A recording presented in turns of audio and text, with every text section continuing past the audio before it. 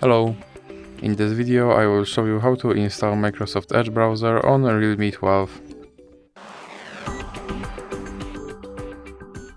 So you have to start with opening your Google Play Store, then click on search bar and type in Edge. Now click search and click install. Now click open.